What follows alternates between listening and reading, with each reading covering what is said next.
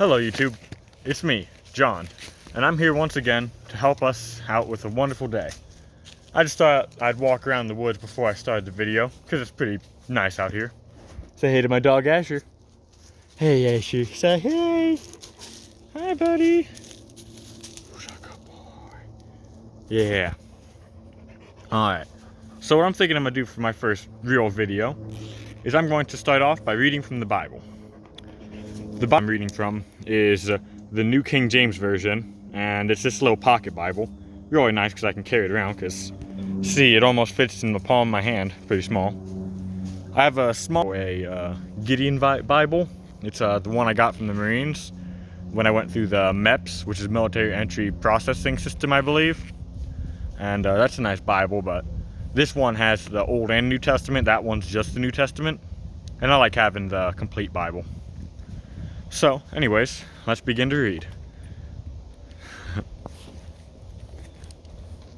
I'm thinking I'm going to just read from the book of Genesis. You know, Genesis chapter 1 from the very beginning of the Bible. And we'll just see how far I get. In the beginning, God created the heavens and the earth. And the earth was without form and void, and was upon the face of the earth, of the deep, and the Spirit of God moved upon the face of the waters. And God said, "Let there be light." And there was light. And God divided the light from the darkness. And God called the light day, and the darkness he called night. And the evening and the morning were the first day. And God said, "Let there be a firmament in the midst of the waters, and let it divide the waters from the waters." And God made the firmament, and divided the waters which were under the firmament from the waters which were above the firmament. And it was so. And God called the firmament heaven, and the evening and the morning were the second day. And God said, "Let the waters under the heaven be gathered together under one place, and let the dry land appear." And it was so.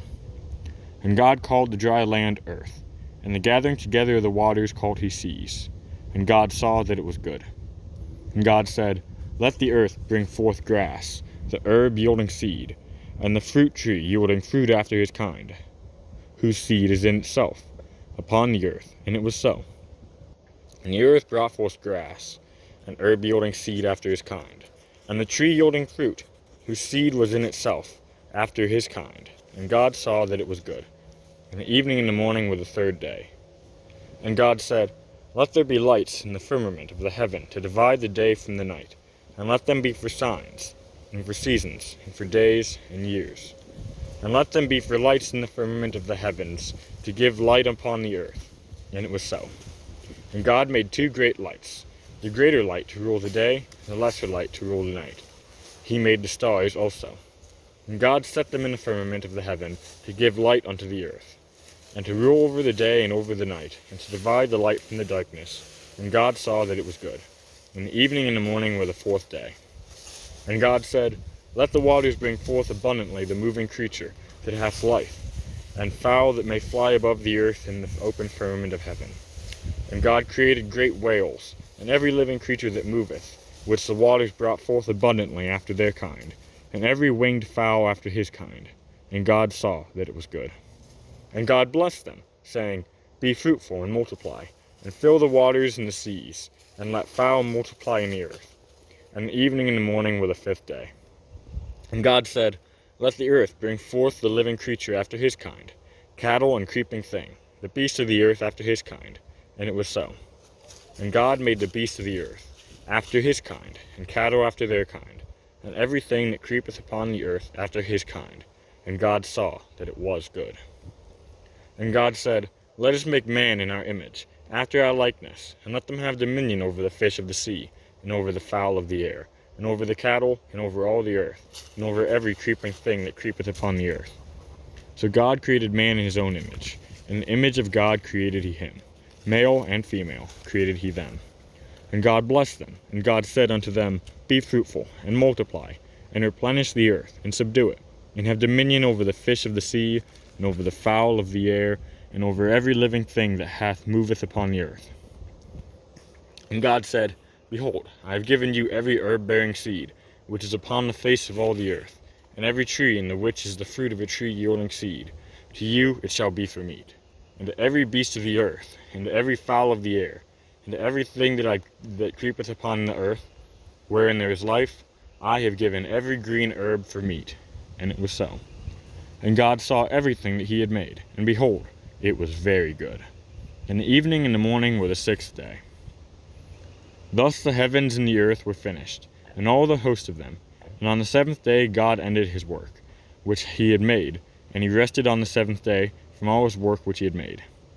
And God blessed the seventh day, and sanctified it, because that in it he had rested from all of his work which God created and made.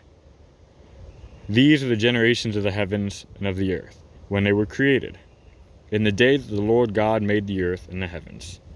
And every plant of the field before it was in the earth, and every herb of the field before it grew. For the Lord God had not caused it to rain upon the earth, and there was not a man to till the ground. But there went up a mist from the earth, and watered the whole face of the ground. And the Lord God formed man of the dust of the ground, and breathed into his nostrils the breath of life, and man became a living soul.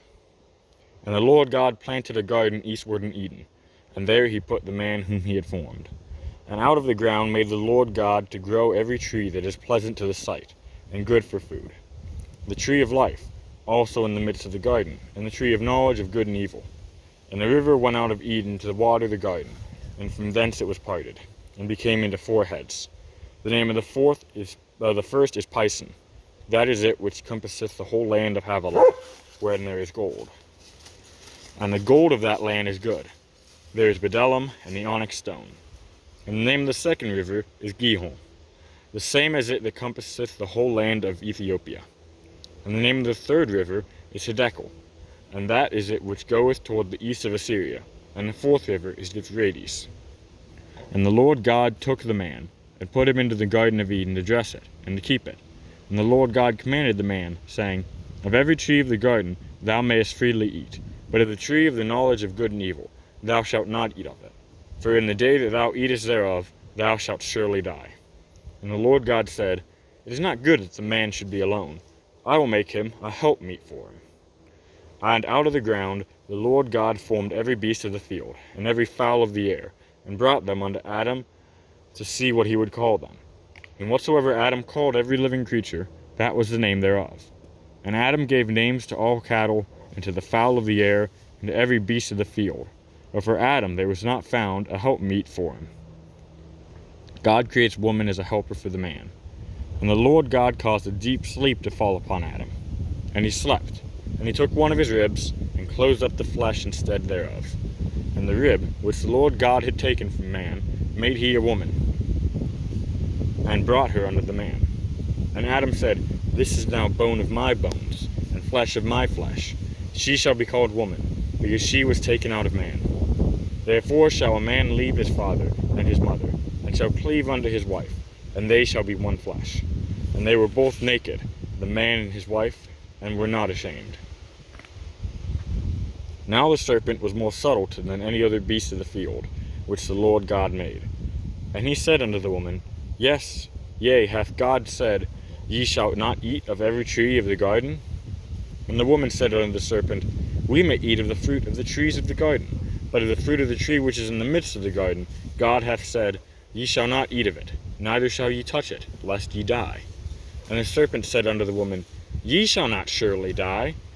For God doth know that in the day ye eat thereof, then your eyes shall be opened, and ye shall be as gods, knowing good and evil. And when the woman saw that the tree was good for food, and that it was pleasant to the eyes, and a tree to be desired to make one wise, they took of the fruit thereof, and did eat, and gave also unto her husband with her, and he did also eat. And the eyes of them both were opened, and they knew that they were naked, and they sewed fig leaves together, and made themselves aprons. And they heard the voice of the Lord God, walking in the garden in the cool of the day. And Adam and his wife hid themselves from the presence of the Lord amongst the trees of the garden. And the Lord God called unto Adam, and said unto him, Where art thou? And he said, I heard thy voice in the garden, and I was afraid, because I was naked, and I hid myself. And he said, Who told thee that thou wast naked? Hast thou eaten of the tree whereof I commanded thee that thou shouldst not eat? And the man said, The woman, whom thou gavest to be with me, she gave me of the tree, and I did eat. And the Lord God said unto the woman, "What is this that thou hast done?" And the woman said, "The serpent beguiled me, and I did eat."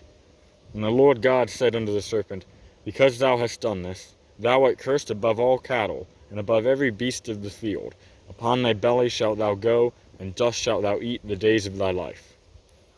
And I will put enmity between thee and the woman, and between thy seed and her seed. It shall bruise thy head, and thou shalt bruise his heel." Upon the woman he said, "I will greatly multiply thy sorrow and thy conception. In sorrow thou shalt bring forth children, and thy desire shall be to thy husband, and he shall rule over thee." And unto Adam he said, "Because thou hast hearkened unto the voice of thy wife, and hast eaten of the tree, of which I commanded thee, saying, Thou shalt not eat of it, cursed is the ground for thy sake. In sorrow shalt thou eat of it all the days of thy life.